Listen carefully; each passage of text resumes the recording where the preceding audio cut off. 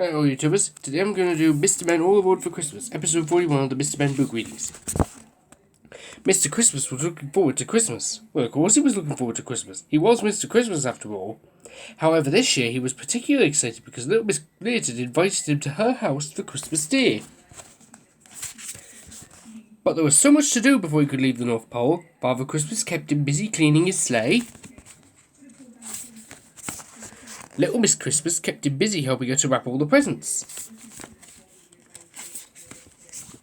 And the elves kept him busy tidying up their tools for when they have their holiday.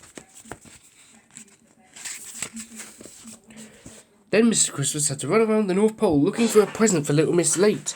He was worried that he was going to miss the train. It was just puffing out when he reached the station. "All aboard!" called the guard. Mr. Christmas ran down the platform as fast as he could and just managed to jump aboard.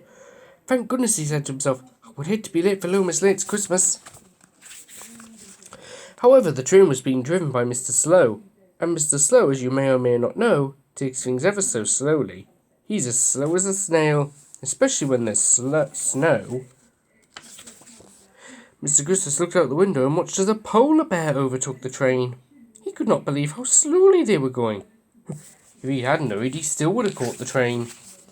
And this meant that Mr. Christmas missed the first ferry and had to wait for the second one. Finally, the ferry came into view. "All aboard!" cried the captain, and Mr. Christmas was able to continue his journey. However, little Miss Fickle was at the wheel and she just couldn't decide which direction to sail in. She went this way, and that way, and then this way again. When he finally arrived on dry land, poor Mr. Christmas didn't know whether he was coming or going. And because of the slow train and the long ferry ride, and the long ferry crossing, Mr. Christmas had not only missed the first bus, but the second bus as well, and he was only just in time for the third one. "All aboard!" called the conductor. "I've ruined Christmas," sighed Mr. Christmas as he climbed aboard. It might have been the third bus, but it was not third time lucky because the bus got a puncture, and to make matters worse, the bus driver was Mr. Forgetful. And did he have a spare tyre? No, he had forgotten to bring one. Poor Mr. Christmas. Poor everyone else on the bus.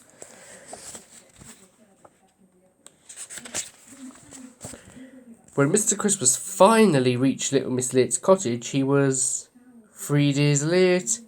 Mr. Christmas said, "Miss Christmas, I'm so sorry," he began when she opened the door.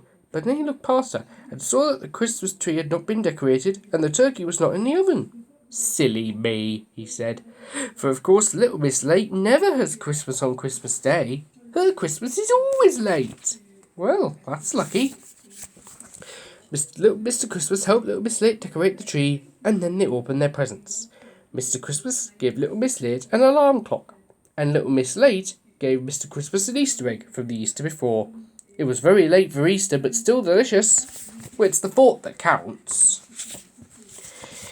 Together, Mr. Christmas and little Miss Leet cooked the turkey, roasted the potatoes, and made a big pudding with holly on the top. Finally, they sat down to enjoy their Christmas lunch. A late lunch. And why? Because it was midnight.